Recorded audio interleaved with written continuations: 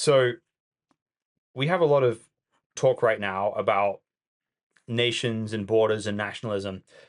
How would you guys say the Islamic world thinks about borders, and how would you think the Bible talks about nations and borders? I mean, my experience with Turkey was Turkey takes its borders extremely seriously, right? Like they have shut down the whole eastern part of the country now. Like there's this police paramilitary force called the Jandarma. They're paramilitary. They're not police. They're not like local police. More like a federal police force, and they are everywhere. Like in southern Turkey, in eastern Turkey, um, there are just areas you can't go to. Uh, and I've been on the Turkish side, right? And from what I hear, the other side is something that you can get through if you bribe somebody, right? But if you just try to like jump over a fence, you're dead. I think and Turkey being a peninsula, like there are naval ships everywhere guarding it. They take it very seriously. And I tend to think that that kind of mirrors policy all over the Islamic world, right? Like, I don't think that the Islamic world is going to take very well to you jumping over a fence and getting into their country. I think that they will prosecute you according to the laws. I'm not saying you'll die or wind up in, like Islamic Gitmo or something like that. Yeah, yeah, You know yeah. what I mean? That's generally the reality of the Muslim world right now. How do you think that matches up with classical Muslim thinking on the issue of Yeah, nations and that's borders? where I was going to ask you, like, what you mean by like the present scenario or the real Islamic scenario? Because I think what happened over time is that the differences between East and West in terms of approaching each other, as we become a global village in terms, and then the policies shift and so on and so forth. So the element of nationalism is not embedded in Islam. Islam does not recognize nationalism. There's only one identity in Islam, and that is Muslim Brotherhood. That's it. This nationalism is a Western ideology that has been put in that Muslim. Or so, what Islam talks about, you have to struggle. Well, also jihad. Jihad doesn't necessarily means you take out the sword and kill everybody out there. Just like struggle by your pen, by whatever means you have. Struggle to establish an Islamic kingdom or Islamic Khalifa. Kingdom is monarch, but like generally Islamic, I would use the term kingdom again just for simplicity, right?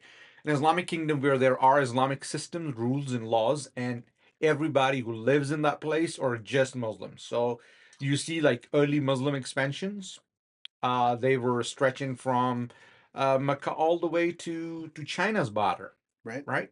And they were just one Islamic country, even though they were monarchs, but just to say that they were kingdoms of Islam, right? So Islam never endorses these separation of nations and building a separate country with putting the borders. Right now, yes, every Muslim country has their own borders, and of course, in a global context, why borders are necessary because we need to monitor people on their movements. That's not the case 2000 or 1400 years ago, or say 1000 years ago, right? So that's the basic difference, I believe.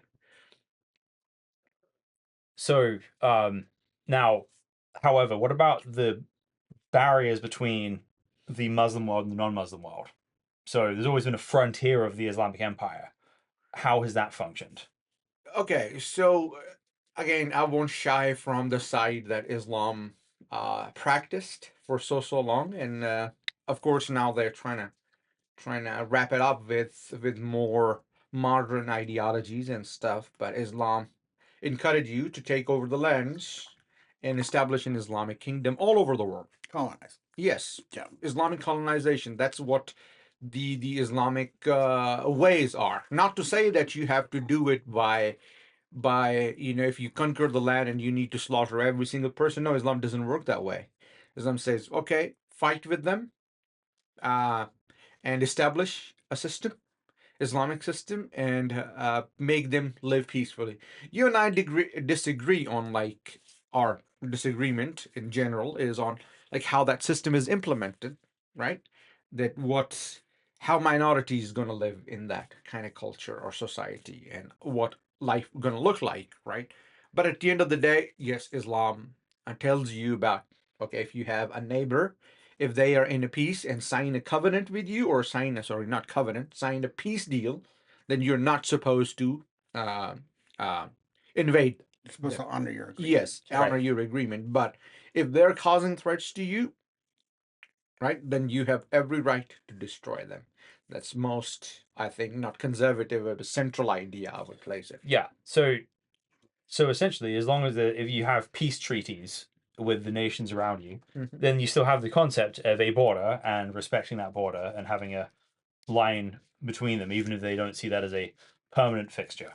Yeah, I mean, like you see, historically, Muslims had borders with non-Muslim, but again, when there is always a conflict of interest, right? Even a small thing in a global change can affect those things, and when those things happen, when you're out of your treaty, then you have every legit right in that particular time. I'm not talking about now, that you can just overthrow the government, and just, if you're more powerful, then you can Sure, take over. sure. So I kind of reading sort of Al-Tabari, Mm-hmm. it's almost, I think Muslims at the time always imagined them as frontiers rather than borders. Mm-hmm. Frontiers, yes. Um, but most people today are going to respect that. Mhm. Okay, so what about in the Bible? How do we think of borders biblically? I mean, biblically, it says that the Lord has like set the boundaries of each nation. So the idea of having a boundary or a border um, is actually a very biblical idea. Uh, there are lots of references to that, like God saying over and over again throughout the scriptures that, I set the boundaries, right? Like I tell people, I establish places for everyone to live. Yeah. Um, I gave them the land, and then I can take that land away from them Mm-hmm. and give it to another. Um, but his desire was that people would follow him, right? If you look at um, the Torah, like in the Torah, there's all of this, carving up of the land when the Israelites crossed over and went into Canaan, and they leave certain sections of land, right? That you would look at and be like, well, why didn't he just give them all of it, right? But he didn't do that because he gave certain people that land, and they were not to take it. In the New Testament, you're looking at a completely different deal where Israel's sovereignty is like essentially they're like a Roman colony, Mm. right? They have Roman laws, they have to pay taxes to Rome, they have to do all kinds of things, and the thing that comes into conflict is them practicing their religion in a law and a society with Roman, values, right? Like, polytheism versus monotheism. Mm-hmm. Um, so, the idea of like Jesus saying, give unto Caesar what's Caesar's, give unto God what's God's, right? Mm-hmm. Is kind of like a foundation for how Christians operate in terms of boundaries, right? Like we're supposed to look at ourselves like um, we're temporary residents and aliens, and we're waiting for our kingdom. So in Christianity, the idea is that you need to split yourself into different, based on your nations, into different countries or with boundaries, and then even if you follow the same religion, so religion is not the ground to be united upon in terms of regions. So correct that we're not aiming to have a giant Christian empire that rules the whole world. Now, as Christians, we have a brotherhood which transcends where we're from, right? British, Pakistani, Turkish, American. It doesn't matter because the central thing we belong to is being um, being part of God's kingdom. That supersedes nations, but doesn't replace nations in the same way that I have a wife and kids, and I have a unique commitment and belonging to my wife and kids. That doesn't mean I have anything against Ibar's wife and kids. Uh, the Bible tells me to honor my father and mother. That doesn't mean I disrespect your father and mother or Ibar's father and mother, right? But I have a unique commitment to mine, and that applies to your nation as well. Nations are a gift from God. It's how God has organized the world. And there's this interesting story in Numbers where the people of Israel have left Egypt and they are trying to get to the land of Canaan. And Moses writes to the king of Edom and says, "Please let us pass through your land. We will not pass through field or vineyard or drink water from a well. We will go along the king's highway. We will not turn aside to the right hand or the left until we have passed through your territory." But Edom said to him, "You shall not pass through, lest I come out with a sword against you." And the people of Israel said to him, "We will go up by the highway, and if we drink your water, and I and my livestock, then I will pay for it. Let me only pass through on foot, nothing more." But he said, "You shall not pass through." And Edom came out against him with a large army and with a strong force. Thus Edom refused to give Israel passage through his territory, so Israel turned away from him. I've actually been to that spot. It's pretty wild. There's definite like fork in the road. Like, So in that story, now God in that setting has miraculously intervened on Israel's behalf several times to just like straight up destroy nations that fight against them. And he's completely capable of doing that. But the people of Israel are called to respect the sovereignty of the Edomites in this instance. And they're supposed to respect that boundary and that line and that border. Now, that doesn't mean what the king of Edom did was right, and the Edomites will face judgment from God for that well, later. they actually do. Yeah, right. They wind up. Yeah, But it's God's judgment. It's not. So there's a basic concept of nations, of borders, and a mandate to respect the laws and customs of other nations as a Christian, and to see those in the same way you respect the boundaries of someone else's house and family too. Yeah, I mean, like that also begs a question of like how we see uh the Catholic expansions or like Spanish Inquisition and all other things. But Nobody before expects the Spanish Inquisition. I didn't say it. I thought it, but I didn't say it.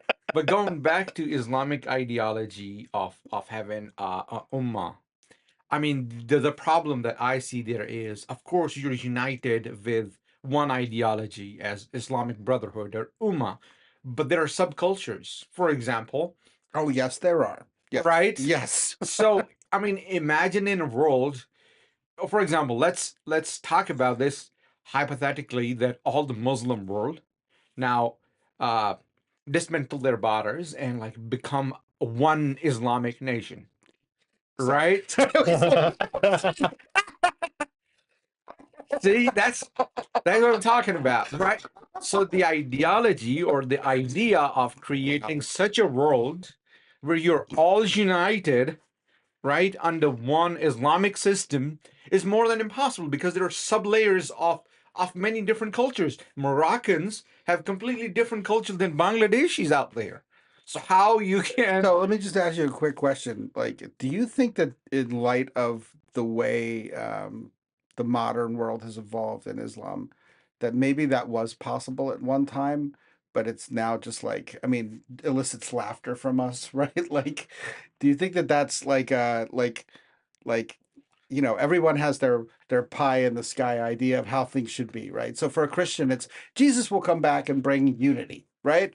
For Muslims, it's one day the entire world will be Muslim. right. I'm still laughing about it. It's- I'm not yeah, laughing at the I'm not laughing at the faith. It's like my mom lives around now Syrians and Iraqis and all this other stuff. They freaking hate each other. Syrians hate Turkish hate They hate each other. They can't stand, but they're all Muslims, yes. right? They all like technically believe the same things. So So I think here's the thing. This was possible once upon a time in an age of empires. Mm-hmm. So at that time, if you had the biggest, strongest army in the most effective administrative state, you had the power to do that because there you could control information, you could control, borders, and everyone was kind of like far enough away from each other that all they're having to deal with are the central administration. Right. Um, and again, I think there's a certain extent that Muslims over idealize how harmonious the past was in the first place. Right. It wasn't. It wasn't actually. I mean, looking at Just Muhammad's early life. Jeez. I mean, like, and then post, like, after he died. yes, even start with the third caliph. Right. I mean, like, let's not talk about third caliph. Start with Abu Bakr. Rid of war. Straight up. Right. So, but, to say that, for so many years, Muslim ruled in harmony and peace, and there was one system that everybody was happy. No, that's crap. That's Well, I think what's happening now, right, like, is, you see in places like Afghanistan and ISIS and these other groups are trying to, like, take that idea, right? Like, we're going to establish it, and the only way we can establish it now after is to do it the way Muhammad did, right? Like with wars, like take over, subjugate everybody, subject them to the same, like, really strict standards, and then that way we'll get the Khalifa that we're looking for. Yeah. And I think that's unfortunate. I don't believe, based on the way information works these days, I don't think it's possible to have that same centralized system anymore anywhere. Like, I think even China's trying to, and it's not working. It's not working.